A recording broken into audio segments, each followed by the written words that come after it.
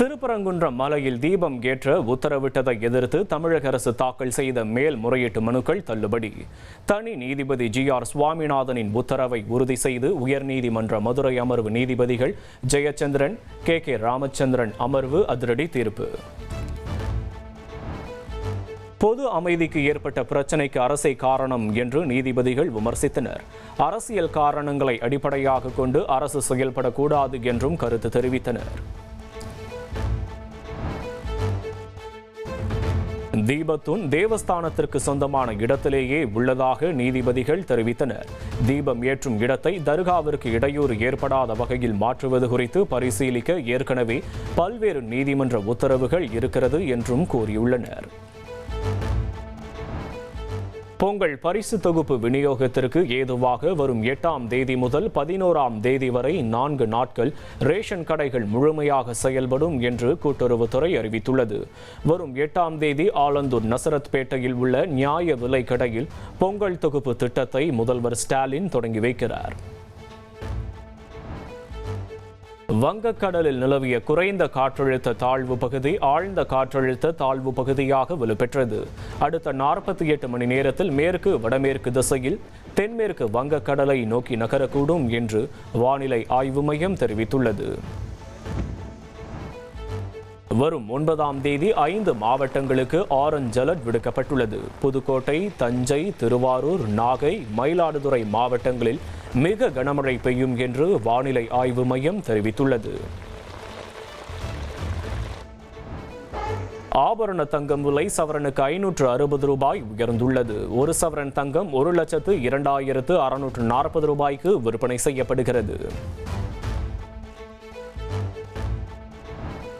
முதலமைச்சர் ஸ்டாலின் தலைமையில் தமிழ்நாடு அமைச்சரவை கூட்டம் நடைபெற்று வருகிறது.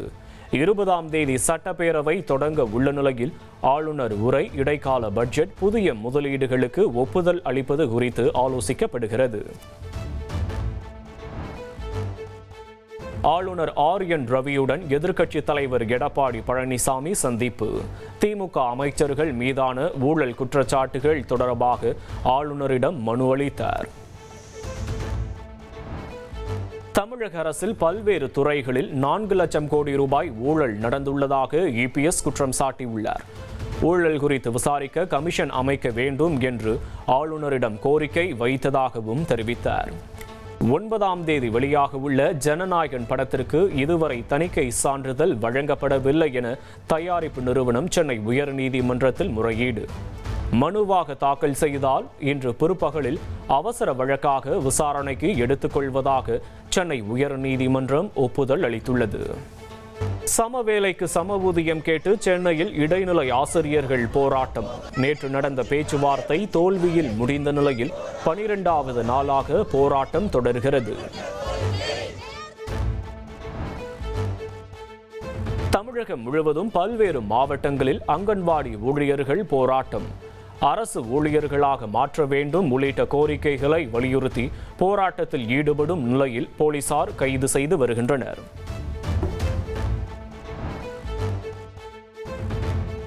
சென்னை பிராட்வே பேருந்து நிலையம் வழக்கம் போல் செயல்படும் என அறிவிக்கப்பட்டுள்ளது. மறுசீரமைப்பு காரணமாக தற்காலிகமாக இடமாற்றம் செய்யப்பட உள்ளதாக கூறப்பட்ட நிலையில் அந்த அறிவிப்பு நிறுத்தி வைக்கப்பட்டுள்ளது.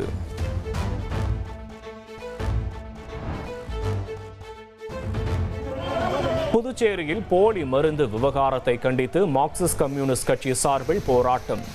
போலீஸ் தடுப்புகளை மீறி சட்டமன்றத்தை முற்றுகையிட முயன்ற நிலையில் தள்ளுமுள்ளு ஏற்பட்டது. சென்னை KK நகர் பகுதியில் மதுபோதையில் சொகுசு காரை தாறுமாறாக ஓட்டிய நபரால் 5 பேர் காயமடைந்தனர். சாலையோரம் நின்ற வாகனங்களும் சேதமடைந்த நிலையில் கார் ஓட்டி வந்த நபரை பிடித்து போலீசார் விசாரணை நடத்தி வருகின்றனர். கோவை பீளமேடு பகுதியில் தாறுமாறாக கார் ஓட்டி வந்த இளைஞரை பொதுமக்கள் பிடித்து தர்ம அடி கொடுத்தனர். காரை விட்டு இறங்க செய்த நிலையில் மீண்டும் காரின் மீது ஏறி நின்று வாயில் சிகரெட்டுடன் அந்த இளைஞர் ரகளையில் ஈடுபட்டார்.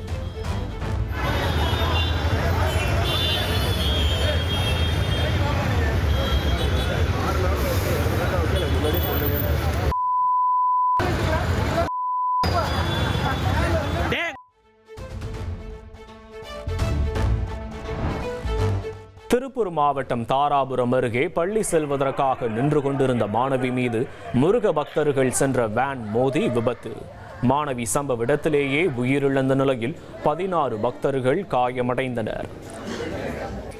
பாகிஸ்தான் நாட்டுக்கு உளவு பார்த்ததாக ஹரியானாவில் ஒருவர் கைது செய்யப்பட்டுள்ளார். கைதானவர் விமானப்படை தளங்கள் குறித்த ரகசிய தகவல்களை பகிர்ந்ததாக கூறப்படுகிறது. டெல்லியில் உள்ள சர் கங்காராம் மருத்துவமனையில் காங்கிரஸ் மூத்த தலைவர் சோனியா காந்தி அனுமதி. இருமல் காரணமாக மருத்துவமனையில் அனுமதிக்கப்பட்டுள்ள நிலையில் தற்போது நலமாக இருப்பதாக தெரிவிக்கப்பட்டுள்ளது. ஆந்திர மாநிலம் அம்பேத்கர் கோனசீமா மாவட்டத்தில் ONGC எரிவாயு குழாயில் உடைப்பு ஏற்பட்டு பற்றி எரியும் தீ. நேற்று மதியம் முதல் தீ எரிந்து வரும் நிலையில் அருகே வசிக்கும் 300க்கும் மேற்பட்ட குடும்பங்கள் வெளியேற்றம்.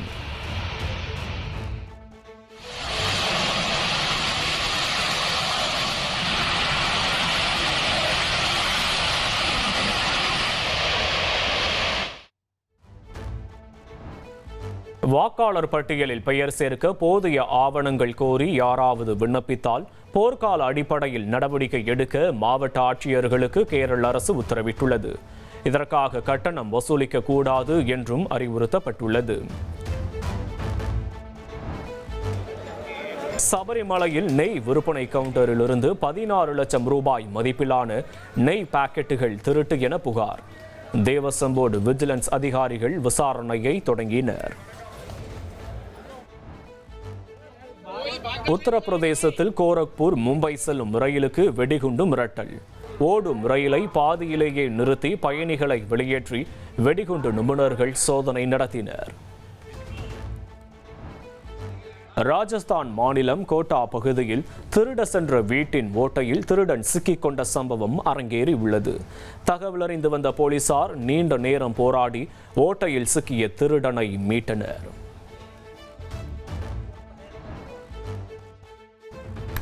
உத்தரப்பிரதேச மாநிலம் கனாஜ் பகுதியில் போர்வையை கயிறாக்கி 2 கைதிகள் சிறையிலிருந்து தப்பித்துள்ளனர். 22 அடி உயர சுவரில் ஏறி குதித்து தப்பிய நிலையில் 6 சிறை காவலர்கள் சஸ்பெண்ட் செய்யப்பட்டுள்ளனர். வரி வருவாய் மூலம் அமெரிக்காவுக்கு விரைவில் $600 பில்லியன் வருமானம் கிடைக்கும் என அதிபர் ட்ரம்ப் நம்பிக்கை தெரிவித்துள்ளார். வரி மூலமாக அமெரிக்காவின் பாதுகாப்பு உறுதியாவதாகவும் அவர் கூறியுள்ளார். வெனிசுலாவின் முன்னாள் அதிபர் நிக்கோலஸ் மதுரோவை பூமியின் நரகம் என்று அழைக்கப்படும் புரூக்ளின் சிறையில் அடைக்க நியூயார்க் நீதிமன்றம் உத்தரவிட்டுள்ளது. வழக்கை மார்ச் 17ஆம் தேதிக்கு ஒத்திவைத்துள்ள நீதிமன்றம் அன்றைய தினம் மதுரோ ஆஜராகவும் உத்தரவு பிறப்பித்துள்ளது.